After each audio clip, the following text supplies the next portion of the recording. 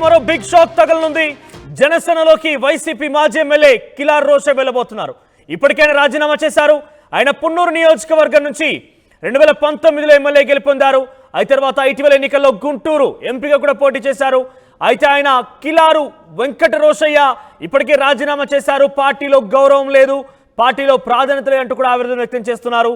కిలారు రోషయ్య ఉమ్మారెడ్డికి అల్లుడుగా తెలుస్తోంది. అయితే మండలిలో ఉమ్మారెడ్డికి ప్రతిపక్ష నేత అవకాశం ఇవ్వకపోవడంతోనే పార్టీని వీడాలని కిలారు రోషయ్య నిర్ణయం తీసుకున్నట్టు తెలుస్తోంది.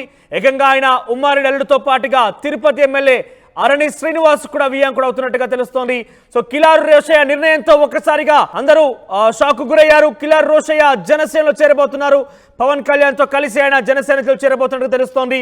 వైసీపీ మాజీ ఎమ్మెల్యే కిలారు రోషయ్య జనసేనలో చేరబోతున్నారని ఒక వార్త రావడంతో వైసీపీ మొత్తం కూడా షాక్ గురయ్యారు. జగన్ కి ఇది ఒక మరో షాక్ అని చెప్పొచ్చు.